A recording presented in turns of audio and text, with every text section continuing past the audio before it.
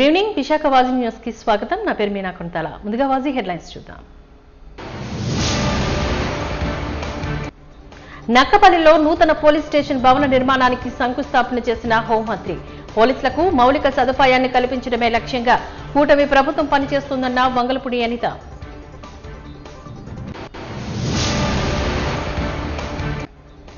ఈ నెల 29, 30 తేదీలో విశాఖలో జరగనున్న ఆర్థిక సదస్సు బ్రోచర్ని విడుదల చేసిన ఐసీఏఐ సభ్యులు.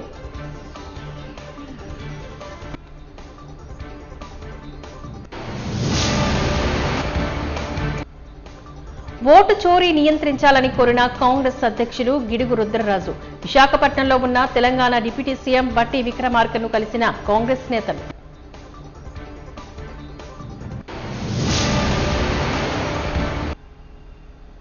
ఇక డీటెయిల్స్ చూద్దాం.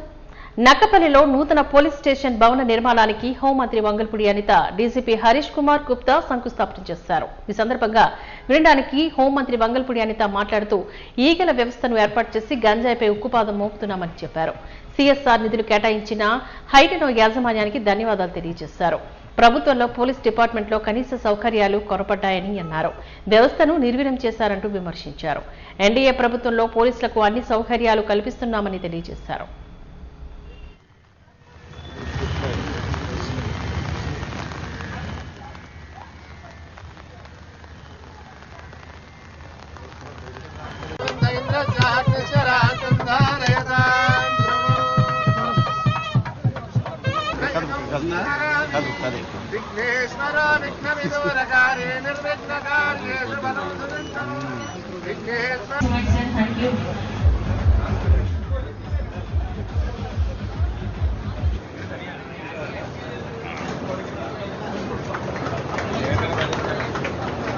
కోరుకుంటున్నాం.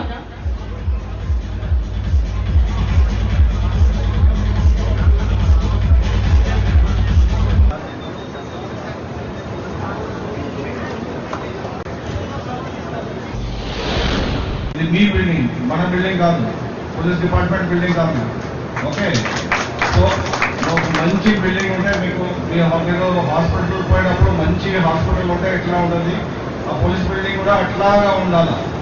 సో మీకు మంచి కూర్చోడానికి ఒక ప్లేస్ ఉండాలా, మీకు అక్కడ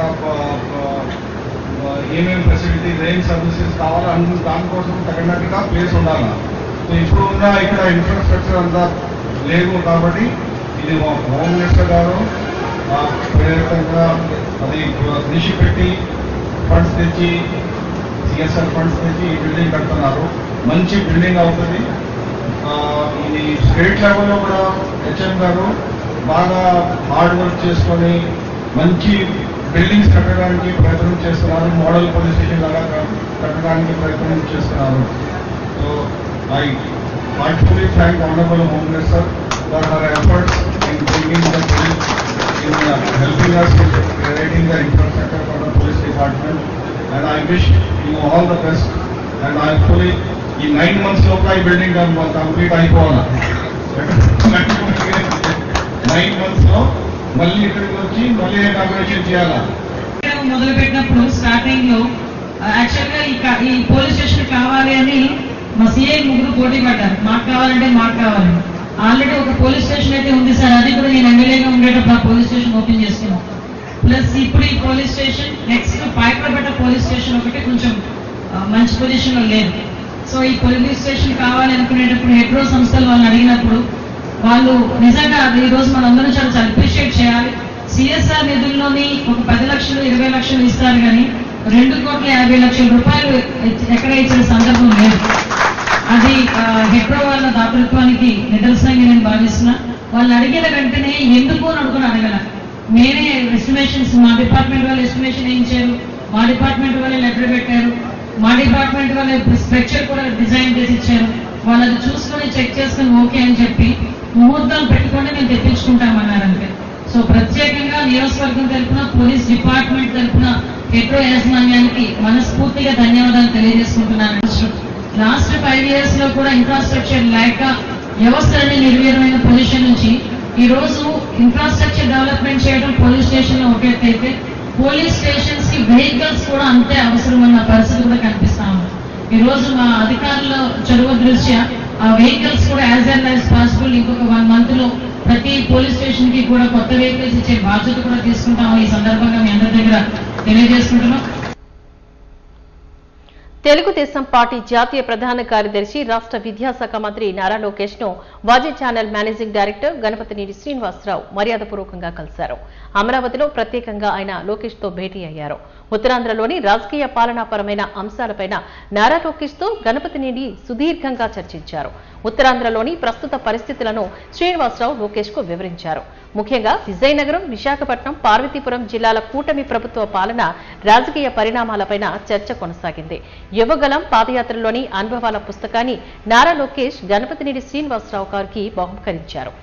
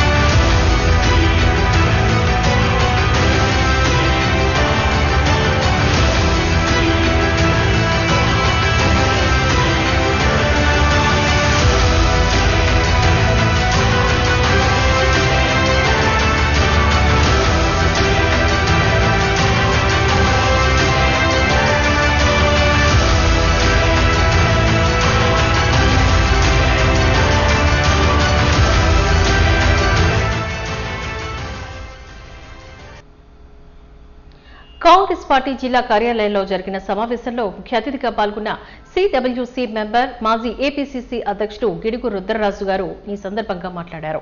దేశవ్యాప్తంగా ఓటర్ల జాబితాలో జరిగిన అవకతవకలపైన కాంగ్రెస్ పార్టీ విస్తృత పోరాటం చేస్తోందని, ఓట్ చోర్ గద్దీ చోర్ అనే నినాదంతో ప్రజల ముందుకు వచ్చామని అన్నారు. విశాఖ జిల్లా డీసీసీ అధ్యక్షుడు అడ్డాల వెంకటవర్మరాజు ఈ సందర్భంగా మాట్లాడుతూ తమ నాయకుడు రాహుల్ గాంధీ మొదలుపెట్టిన ఈ ఉద్యమాన్ని ప్రజలకు తీసుకువెళ్తామని, ప్రజలను చైతన్యపరిచి ప్రజాస్వామ్యాన్ని నిలబెడతామని అన్నారు. ఈ కార్యక్రమంలోని ఏపీసీసీ వైస్ ప్రెసిడెంట్ వేగి వెంకటేష్, రాష్ట్ర యూత్ కాంగ్రెస్ అధ్యక్షులు లక్కరాజు రామారావు, సమన్వయకర్తలు కేవీ సూర్యనారాయణ, దండి ప్రియాంక, సీనియర్ నాయకులు మహమ్మద్ అలీ ఖాన్ కుమార్, రజియా బేగం, కస్తూరి వెంకట్రావు, బాషా, పద్మిని, చంద్రశేఖర్, సభవరపు శ్రీధర్ మరియు పెద్ద ఎత్తున అభిమానులు, కార్యకర్తలు పాల్గొన్నారు.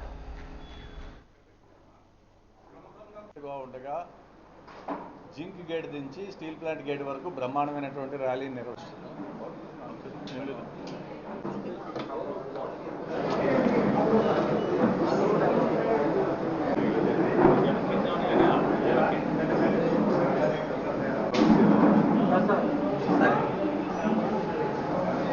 రాహుల్ గాంధీ గారి నాయకత్వం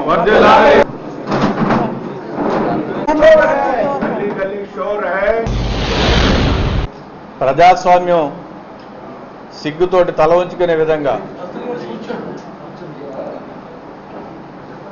భారత రాజ్యాంగం డాక్టర్ బాబాసాహెబ్ అంబేద్కర్ గారు ఇచ్చినటువంటి హక్కులను కాలరాసే విధంగా స్వతంత్ర ప్రతిపత్తి కలిగినటువంటి అనేకమైనటువంటి సంస్థలన్నింటినీ కూడా నిర్వీర్యం చేస్తున్నటువంటి విషయం మన అందరికీ తెలుసు. గతం నుంచి రాహుల్ గాంధీ గారు చెప్తూనే ఉన్నారు, సిబిఐ కానీ, ఈడీ కానీ, government of India agencies, income tax కానీ, వీటిలన్నిటి ద్వారా వాటిలన్నింటినీ ఉపయోగించి సమాజంలో ప్రజాస్వామ్యం మీద దాడి, ప్రజాస్వామ్యవాదుల మీద దాడి, నియంతృత్వంగా ఈ దేశంలో భారతీయ జనతా పార్టీ ప్రధానమంత్రి నరేంద్ర మోడీ గారు కానీ, అమిత్ షా గారు కానీ చేస్తున్నటువంటి విషయాలు. ఇప్పుడు కొత్తగా తెర మీదకి ఎలక్షన్ కమిషన్ ఆఫ్ ఇండియాని తీసుకొచ్చారు. ఎలక్షన్ కమిషన్ ఆఫ్ ఇండియా ఒక స్వతంత్ర ప్రతిపత్తి కలిగినటువంటి సంస్థ.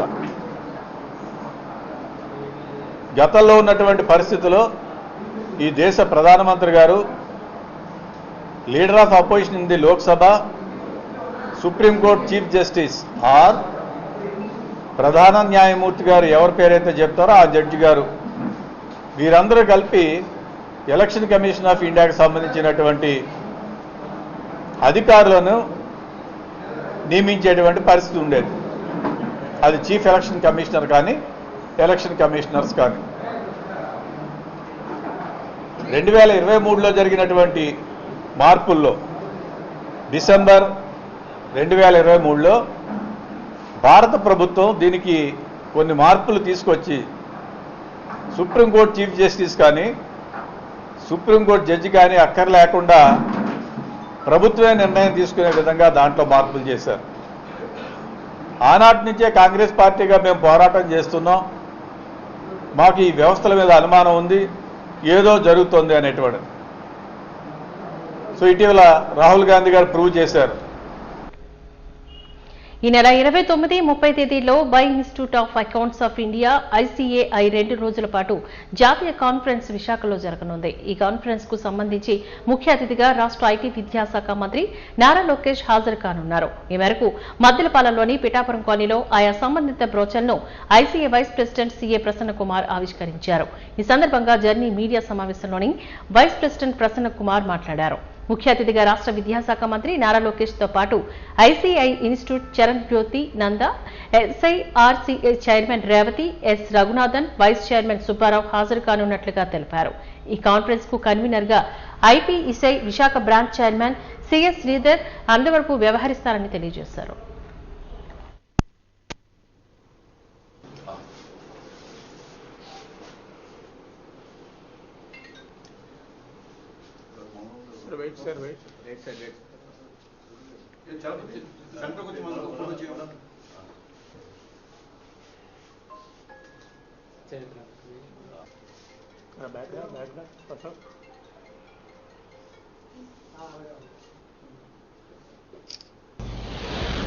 మేము 2 days నేషనల్ కాన్ఫరెన్స్ కండక్ట్ చేస్తున్నాం. ఇది నేషనల్ కాన్ఫరెన్స్ అనేది మా హెడ్ ఆఫీస్ ఢిల్లీలో ఉంటుంది. ఢిల్లీలో ఏదో కమిటీ ఆధ్వర్యంలో జరుగుతున్నమాట. ఇది ఒకే ఒక అవకాశం ఇస్తారు ప్రతి బ్రాంచ్కి.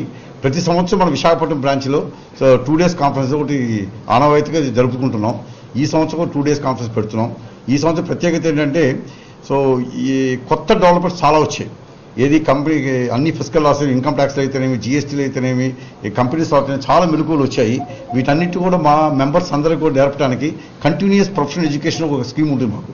అదంటే మేము చదువుకున్న తర్వాత పాస్ అయిన వెంటనే అక్కడ చదువు ఆగిపోదు. ప్రతి సంవత్సరం కూడా 40 గంటలు ప్రతి చాలకుండా కూడా ప్రత్యేకంగా ఫిజికల్ కానీ వర్చువల్ కానీ మీటింగ్ అటెండ్ అయ్యి మెలకువలతో నేర్చుకోవాలి, అప్డేట్స్ అని చేసుకోవడానికి చేస్తుంటాం. దాని భాగంగా ఇది 12 గంటలు అంటే 29వ తారీఖు 30వ తారీఖు ఆగస్టులో పెడుతున్నాం. దీంట్లో మొదటి రోజు 6 అవర్స్, నెక్స్ట్ డే 6 అవర్స్ 12 గంటల ప్రోగ్రామ్ పెడుతున్నాం. సో మంచి speakers drawn across the country, the best speakers ఎవరితో వాళ్ళంతా వచ్చి మనం నేర్పుతారు. ఇంకో ప్రత్యేకత ఏంటంటే దీనికి నారా లోకేష్ గారు, honourable minister for information technology, communications and electronics and real time governance and education, వారు ప్రత్యేక అతిథిగా ఇచ్చేసి ఈ మీటింగ్లో ఇనాగ్రేట్ చేయబోతున్నారు. వారికి మాకున్న సంబంధం ఏంటంటే, వారు ఇదివరకు కూడా ఒకసారి మేము స్టూడెంట్స్ కాన్ఫరెన్స్ పెట్టినప్పుడు గుంటూరులో పెట్టినప్పుడు వారు వచ్చారు. చాలా చక్కగా మాట్లాడి మా ప్రొఫెషన్ గురించి అర్థం చేసుకున్న కొద్దిమంది రాజకీయ నాయకులు వీరు కూడా ఒకరు. అలాంటి మా మహోన్నత వ్యక్తి మా కార్యక్రమానికి వచ్చి మాతో పాటు ఆ థాట్ ప్రాసెస్ పంచుకోవడానికి, ఎకనామిక్ గ్రోత్ ఆఫ్ ఆంధ్రప్రదేశ్ని మమ్మల్ని భాగస్వాములు చేయడానికి వారు వస్తున్నారు. అదొక ప్రత్యేకత. మనకందరికీ తెలుసు, మా ఇన్స్టిట్యూట్ 1949లో ఎస్టాబ్లిష్ చేయబడింది. అప్పటి నుంచి ఇప్పటివరకు కూడా ఎకనామిక్ గ్రోత్ ఆఫ్ ద కంట్రీలో మేము పాలు పంచుకొని ఎప్పటికప్పుడు ఫిజికల్ లాస్ ఇంప్లిమెంటేషన్ 1956 అయితే 61 బోల్డ్ యాక్ట్స్ వచ్చి అన్నింటిలో కూడా ఇంక్లూడింగ్ 2017లో వచ్చిన GST యాక్ట్ ఇంప్లిమెంటేషన్లో కూడా చార్టర్ అకౌంట్స్ మహోన్నతమైన పాత్ర వహించాం. తరగతి గదిలో చదివే పాఠ్యాంశాలను మార్చినంత మాత్రాన సత్యాలు అసత్యాలు అయిపోతాయా అంటూ పలువురు వక్తలు ప్రశ్నించారు. అల్లూరి సీతారామరాజు విజ్ఞాన కేంద్రంలో నిర్వహించిన సెమినార్లో ముఖ్య వక్తలుగా ఆంధ్ర యూనివర్సిటీ హిస్టరీ డిపార్ట్మెంట్ విశ్రాంత ఆచార్యుల ప్రొఫెసర్ కె సూర్యనారాయణ, PDF మాజీ ఎమ్మెల్సీ KS లక్ష్మణరావు, ఉత్తరాంధ్ర పట్టభద్రుల మాజీ ఎమ్మెల్సీ ఎంవీఎస్ శర్మ, యూటీఎఫ్ రాష్ట్ర అధ్యక్షులు ఎన్ వెంకటేశ్వర్లు తదితరులు పాల్గొని ప్రసంగించారు. ఈ సందర్భంగా వారు మాట్లాడుతూ పాఠ్యాంశాలను మార్చినంత మాత్రాన చరిత్రలో ఉన్న వాస్తవాలు మార్చలేరని తెలియజేశారు. వాస్తవాలను పొందుపరిచే విధంగా పాఠ్యాంశాలు రూపొందించాల్సిన ఆవశ్యకత ఎంతైనా ఉందని తెలిపారు. భవిష్యత్తు తరాలకి చరిత్ర తెలియాలని సూచించారు. ఒక్క చరిత్రకు సంబంధించే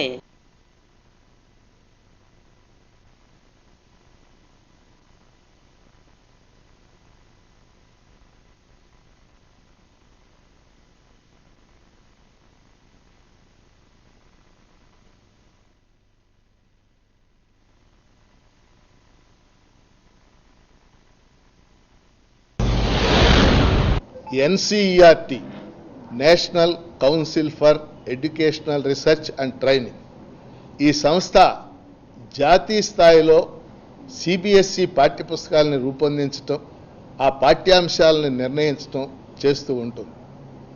సాధారణంగా కరోనా సమయంలో మనం పాఠ్యాంశాలు తగ్గించాలని మేమే డిమాండ్ చేశాం. కానీ ఈరోజు పాఠ్యాంశాలు ప్రత్యేకంగా కొన్ని సబ్జెక్టులో తొలగించటం, తగ్గించటం ఆ అంశంతో కాదు. గత సంవత్సరం 10వ తరగతి 11వ తరగతి CBSE పుస్తకాల్లో రాజనీతి శాస్త్రం అంటే పొలిటికల్ సైన్స్కు సంబంధించినటువంటి అనేక పాఠ్యాంశాలని తొలగించారు. ఉదాహరణకి ఇండియన్ కాన్స్టిట్యూషన్ ఎట్ వర్క్ అనే ఒక పాఠంలో మౌలానా అబుల్ కలాం ఆజాద్కు సంబంధించిన పేరాని తీసేశారు. అది ఒక ఉదాహరణ మాత్రం. అలాగే సైన్స్ పాఠాలకు సంబంధించి కూడా చార్లెస్ డార్విన్ సిద్ధాంతం, జీవపరిణామ సిద్ధాంతం, ఎవల్యూషనరీ థియరీని తొలగించారు. పీరియాడిక్ టేబుల్ని తొలగించారు. ప్రత్యేకించి NCERT పుస్తకాల్లో తొలగింపులో హిస్టరీ, చరిత్రకు సంబంధించినటువంటి అంశాలని ప్రత్యేకించి తొలగిస్తున్నారు. ఈ సంవత్సరం 8వ తరగతి హిస్టరీ పుస్తకంలో exploring society India and beyond అనేటటువంటి పాఠ్యాంశాల్లో చరిత్రలోకి సంబంధించి మొఘలుల కాలం అంటే మన దేశంలో మొఘల్ చక్రవర్తులు మనందరికి తెలిసిన పేర్లే, హుమాయూను, అక్బరు, బాబరు, లేకపోతే షాజహాను, జహంగీరు, వాళ్ళు నిర్మించిన నిర్మాణాలన్నీ మన కళ్ళ ముందు ఉన్నాయి. నిన్న ప్రధానమంత్రి స్వయంగా ఎర్రకోట మీద నుంచి జెండా ఎగరేశాడు. అది మొఘలులు నిర్మించారు. మనం రోజు చూసే తాజ్మహల్ మొఘలులు నిర్మించారు. కానీ 8వ క్లాస్ పాఠ్యపుస్తకంలో ఈ విద్యా సంవత్సరంలో మొత్తం మొఘలుల చరిత్ర అంతా తొలగించి కేవలం మొఘలుల్ని క్రూరులుగా, నియంతలుగా, దుర్మార్గులుగా చిత్రించేటటువంటి పేరాలు మాత్రం అట్టిపెట్టారు. ముఖ్యంగా చరిత్ర మీద ఈ దాడి ఎక్కువగా జరుగుతుంది. చరిత్రకు సంబంధించినటువంటి అనేక పాఠ్యాంశాలని తొలగించడం అనేది జరిగింది. విశాఖ నగరంలో ఆదివారం తెల్లవారుజాము నుంచి భారీ వర్షం కురుస్తోంది. ఈ భారీ వర్షానికి నగరంలోని అనేక ప్రాంతాలు, రోడ్లు, లోతట్టు ప్రాంతాలన్నీ జలమయమయ్యాయి. గడ్డలు, పొంగిపోయిన వాళ్లు, ఇల్లు కాలనీలోని జల దిగ్బంధన చిక్కుకున్నాయి. రోడ్లపైన వర్షపు నీరు ఏరులై పారుతోంది. పలు ప్రాంతాల్లో విద్యుత్ సరఫరా నిలిచిపోయింది. వర్షాల నేపథ్యంలో అధికారులు అప్రమత్తమయ్యారు. ముసురు వాతావరణం ఇంకా కొనసాగుతూనే ఉంది.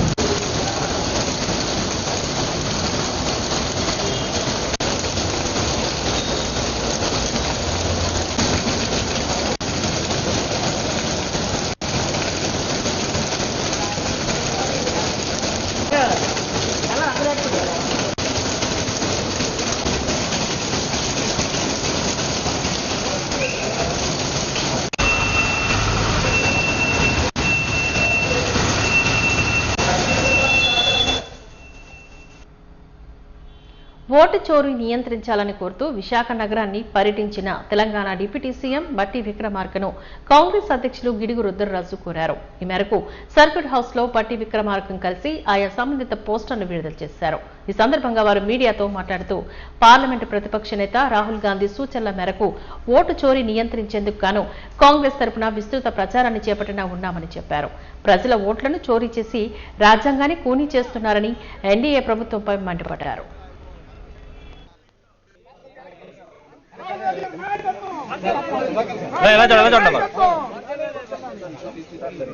Okay sir, thank you. ఆగే బాగోదు, అది కరెక్ట్ కాదు అది.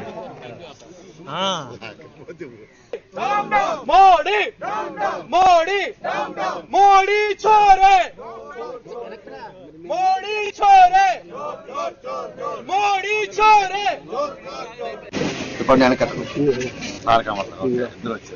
సార్ జస్ట్ మీరు చేయండి సార్, చేయండి సార్.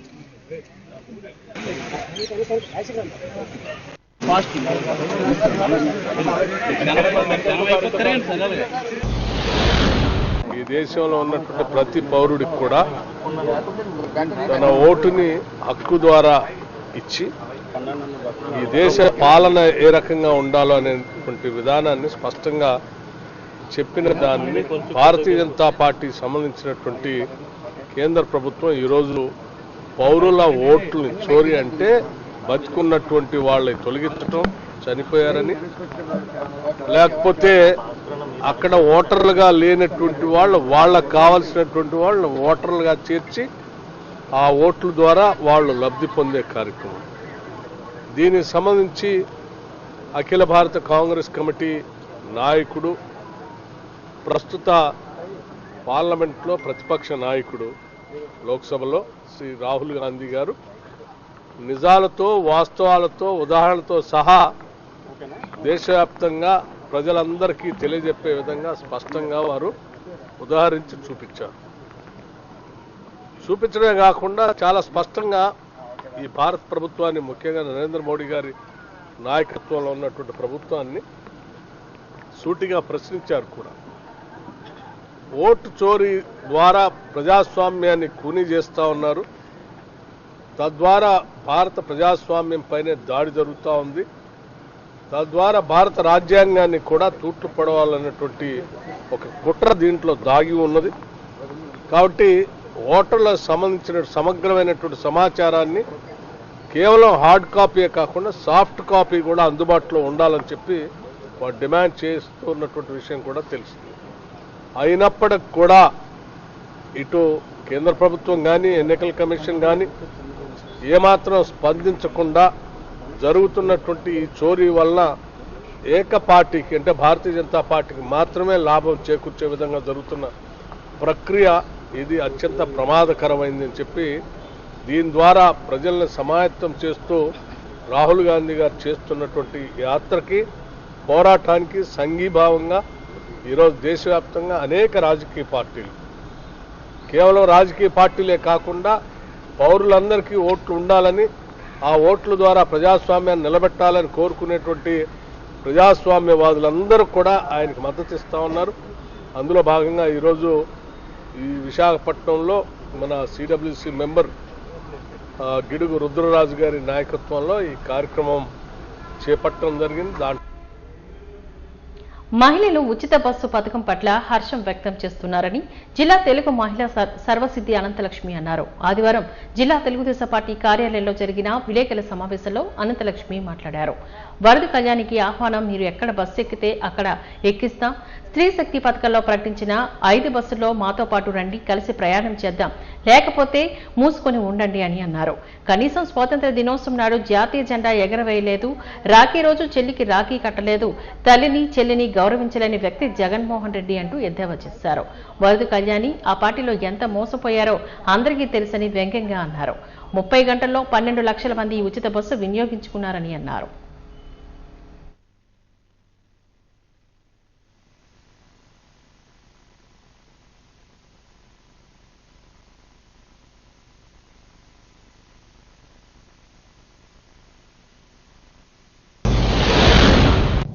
స్త్రీశక్తి పథకం ద్వారా ఎంతో మంది ఆనందంగా ప్రయాణం చేస్తున్నటువంటి ప్రయాణాన్ని కూడా నిన్న వైసీపీ రాష్ట్ర మహిళా అధ్యక్షురాలైనటువంటి వరూద కళ్యాణి గారు మోసం గురించి మాట్లాడుతున్నారు. వరూద కళ్యాణి గారే మాట్లాడగలరు, ఎందుకంటే మోసపోయింది వైఎస్ఆర్సీపీలో పార్టీలో ఆవిడే కాబట్టి. ఎందుకంటే ఆవిడికి అనకాపల్లి ఎంపీ టికెట్ ఇస్తానన్నారు, బాగా తీసుకున్నారు. ఎమ్మెల్యే టికెట్ ఇస్తానన్నారు, బాగా తీసుకున్నారు.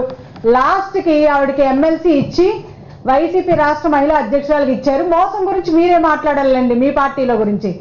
మోసం చేసిన వ్యక్తి దగ్గరుండి, మోసాన్ని దగ్గరుండి చూసినటువంటి వరూద కళ్యాణి గారు ప్రెస్ మీట్ పెట్టి మరి ఈ రాష్ట్రంలో మహిళలకు అన్యాయం జరిగిపోయింది, ఈ రాష్ట్ర ఆడపడుచులందరికీ అన్యాయం చేసేశారు చంద్రబాబు నాయుడు గారు కూటమి ప్రభుత్వాన్ని మాట్లాడుతున్నారే. ఈ రాష్ట్రంలో ఉన్న మహిళ వైసీపీ కాదు, టీడీపీ కాదు, మహిళలందరికీ కూడా 3 సిలిండర్లు ఇచ్చి మహిళలకు మంచి దీపం పథకాన్ని ప్రవేశపెట్టిందే నారా చంద్రబాబు నాయుడు గారండి. స్టార్టింగ్ నుంచి చూసుకోండి, ఎక్కడైనా దీపం పథకం దగ్గర నుంచి 3 సిలిండర్ల వరకు మంచి పథకాలు మహిళలకు అందించారండి. చూడండి, ఒకసారి ఆలోచన చేయండి. ఈ రోజు ఫ్రీ బస్ పథకం ద్వారా ఇదిగోండి మేమే ప్రయాణం చేసాం. ఫ్రీ బస్ పథకం ఈ రోజు ఎంతమంది మహిళలు చాలా ఆనందపడుతున్నారు. నేను ఎక్కి స్వయంగా వాళ్ళతో మాట్లాడడం జరిగింది. వాళ్ళందరూ హ్యాపీగా ఈ రోజు దేనికైనా కార్యక్రమానికి వెళ్తున్నారంట అందరూను. కానీ వాళ్ళు భర్తలు వెళ్ళేవారు ఇంతకు ముందు, కానీ ఈ రోజు భార్యలందరూ బయలుదేరి ఈ రోజు ఈ ఫ్రీ బస్ పథకంలో శ్రీ శక్తి అనే పథకం ద్వారా ప్రయాణం చేస్తున్నామండి. మాకు చాలా హ్యాపీగా ఉంది. పిల్లలతో ఇంతింత పిల్లలతో అందరితో కూడా ఈ రోజు ఆధార్ కార్డులు చూపించి ప్రయాణం చేస్తున్నారంటే అదండి వాళ్ళకున్న గొప్పతనం. మహిళలందరూ సంతోషంగా ఈ రాష్ట్రంలో ఎక్కడికైనా ప్రయాణం చేయొచ్చు అని చెప్పి చంద్రబాబు నాయుడు గారు మాకొకసారి మరొకసారి మహిళని ఈ రోజు ఆనందంగా చూపిస్తే, ఈ రోజు వరూధ కళ్యాణి గారు లబో దిబో మరి మోసపూరిత హామీలు మోసం చేసిన కూటమి ప్రభుత్వం చంద్రబాబు నాయుడు, లోకేష్ గారు, డిప్యూటీ సీఎం పవన్ కళ్యాణ్ గారని ఓ ఉర్రూతులకు ఓ దంపులుగా నిన్న ప్రెస్ మీట్ పెట్టాక తల్లి మోసానికి care of address Jaganmohan Reddy, మోసానికి care of address YSRCP party అని మర్చిపోతున్నాం. ఎందుకంటే 2019 ఎలక్షన్లో భారతి గారు అలాగే జగన్మోహన్ రెడ్డి గారు బయటకు వచ్చి అమ్మఒడి పథకం కింద ఎంతమంది పిల్లలు ఉంటే అంతమంది పిల్లలకి ఈ రోజు పథకం వర్తిస్తామని చెప్పి గెలిచిన వెంటనే ఏం చేశాడండి, జనవరిలోని పండగ టైంలోని అమ్మఒడి పథకం వేసి పండగ చేసుకోమని చెప్పినటువంటి ఘనత జగన్మోహన్ రెడ్డికి. అది కూడా 3 పిల్లలున్నా 4 పిల్లలున్నా కాదండి, ఒక్కరికేనంటండి. మరి మోసం గురించి జగన్మోహన్ రెడ్డి గారు, వరూధ కళ్యాణ్ గారు చెప్పాలండి మాకు. ఎడతెరిపి లేకుండా వర్షాలు కురుస్తున్న నేపథ్యంలో దక్షిణ నియోజకవర్గ ఎమ్మెల్యే వంశీకృష్ణ శ్రీనివాస్ లోతట్టు ప్రాంతాల్లో పర్యటించారు. స్థానిక కూటమి నేతలు అధికారులతో మాట్లాడి ఎప్పటికప్పుడు అప్రమత్తంగా ఉండాలంటూ సూచించారు. ఎటువంటి ఇబ్బందులు తలెత్తినా తమ దృష్టికి తీసుకురావాలని వివిధ వార్డుల్లో ఉన్న కూటమి నాయకులకు, కార్యకర్తలకు వివరించారు. లోతట్టు కొండవాలు తీర ప్రాంత ప్రజలు అప్రమత్తంగా ఎలాంటి సమస్య ఎదుర్కొన్నా తమ దృష్టికి తీసుకురావాలని అన్నారు. P Purna market, Velampeta, 1 town, Ramakrishna junction, Janata Bazar, stadium, town, కొత్త రోడ్డు, జ్ఞానాపురం పరిసర ప్రాంతాల్లో ఎమ్మెల్యే పర్యటించారు.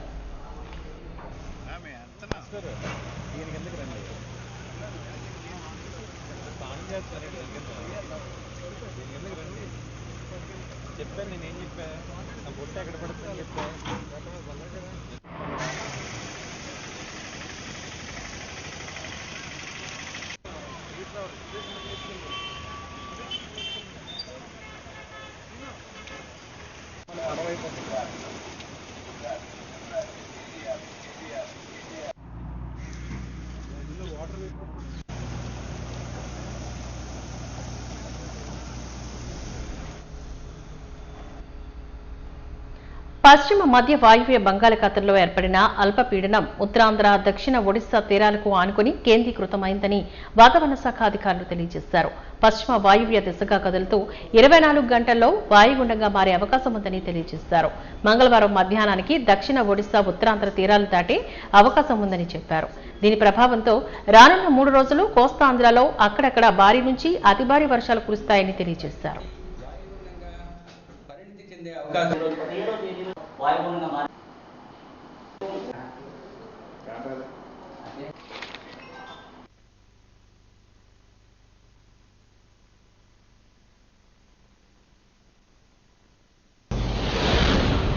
పశ్చిమ మధ్య బంగాళాఖాతం, దానికి ఆనుకుని ఉన్న వాయువ్య బంగాళాఖాతంలో నిన్నటి ఉపరితల ఆవర్తనం ఈరోజు అదే ప్రాంతంలో అల్పపీడనంగా పరిణతి చెందింది.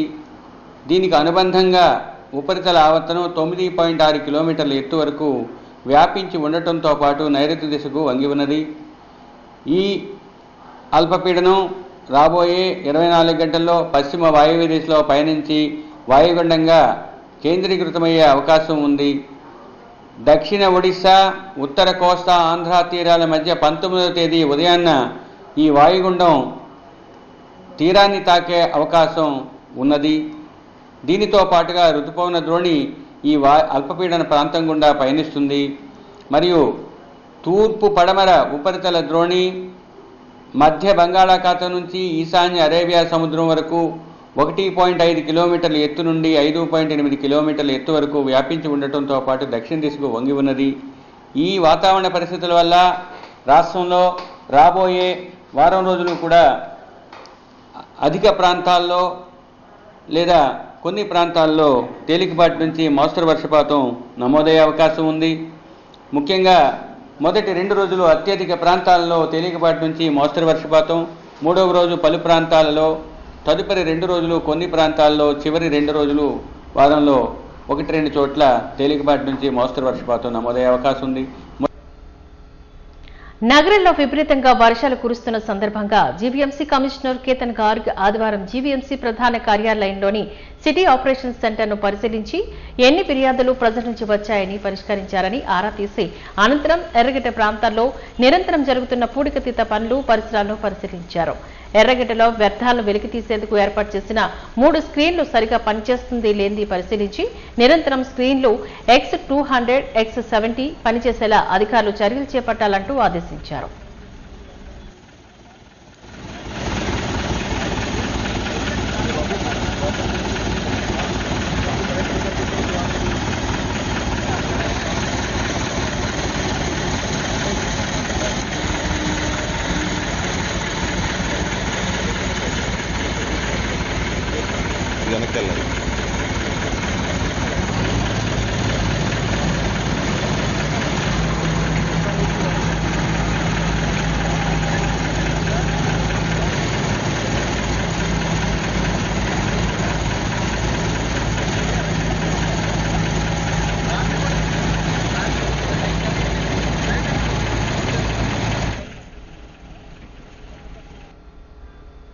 వాజీ న్యూస్ ముగించే ముందు ముఖ్యాంశాలు మరొకసారి చూద్దాం.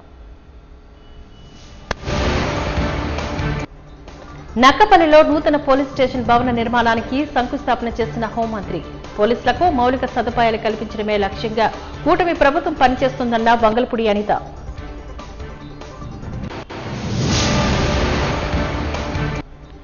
ఈ నెల 29, 30 తేదీల్లో విశాఖలో జరగనున్న ఆర్థిక సదస్సు బ్రోచర్ని విడుదల చేసిన ఐసీఏఐ సభ్యులు.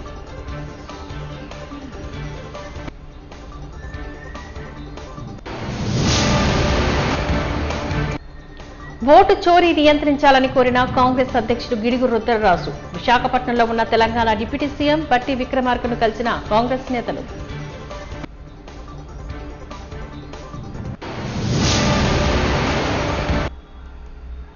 వాజీ న్యూస్ ఇంతటితో సమాప్తం. నమస్కారం.